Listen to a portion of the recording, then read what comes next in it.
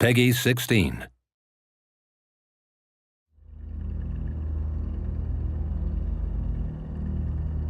The first Sniper Elite was obviously one of the very first sniping games ever. It took off massively in popularity. It really focuses on the strategy of sniping, the mood, the slow pace of sniping. It's a game that we've been very keen to follow up on for a number of years, and it's great to finally have the opportunity to do so now. The game deserved a sequel. It's just very exciting to bring it back.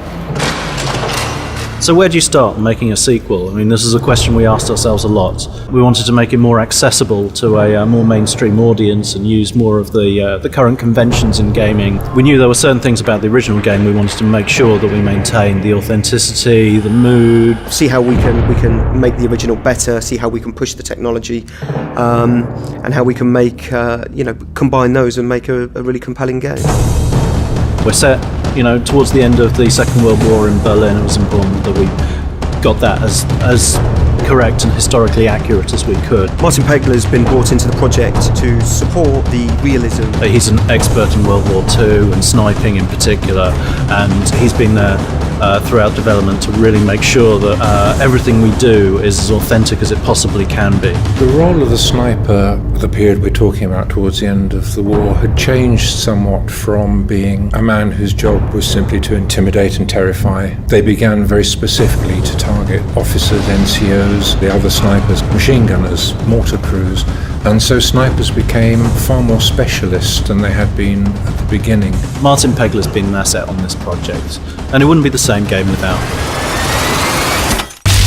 There were a number of design challenges we had to overcome in developing Sniper Elite V2, how to get the right balance of dealing with troops up close and the long-range shots, which are essentially what the core of the game is about. It's a sniping game, it's about long-range shooting. We work with a team of concept artists to make sure we're designing and working up the aesthetic of the areas we want. We need to work with our design team to make sure that there are long shots in there, that there are areas where you can be stealthy. Really, just a variety of scenarios where the player can exploit the gameplay to its best and get the most satisfaction from the game. One of the main challenges we faced when making this game was retaining and maximising that sense of freedom for players. We had to ensure that all our level designs and all our mechanics kind of really fed into this sense of freedom to make sure that the players have a choice with every encounter at every level. This sense of freedom really feeds into one of the main goals of the project, which was realism.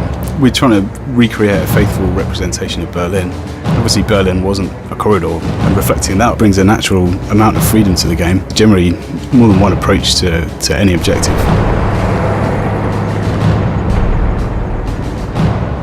Recreating Berlin is a real challenge. There's a lot of diversity there, which is really exciting for us as an art team.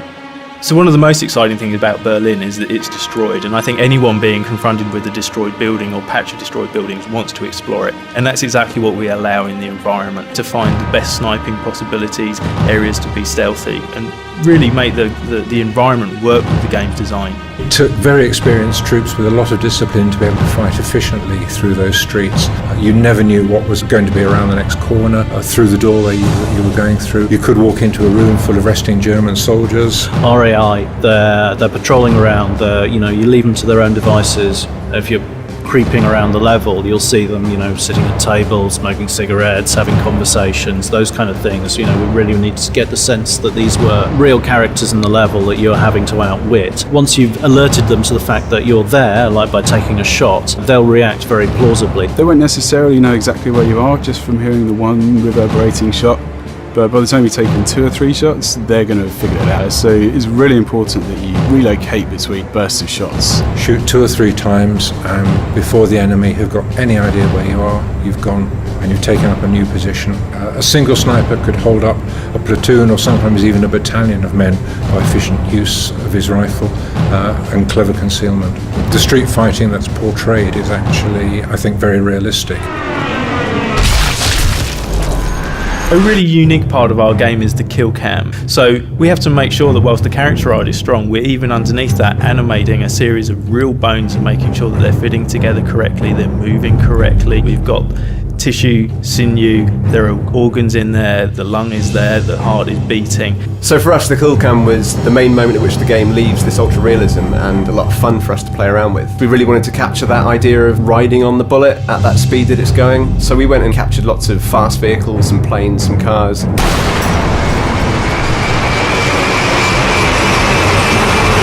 The second half, of course, being that bullet passing through the organs and the bones of its victim. We jumped in the recording room for a few hours, seeing what sounds we could get out of celery and tomatoes and melons and all sorts of different things. Then mixing them together and basically working out which organs they best represented and hooking them up accordingly. Sniper Elite V2 has been a great project to work on. It's great to come back to the franchise after a number of years away from it and be able to do all the things that we weren't able to do before to bring it to the next level. We've worked really hard to make Sniper Elite the best game it can be. People are going to go ballistic when they see it and they're going to really enjoy it.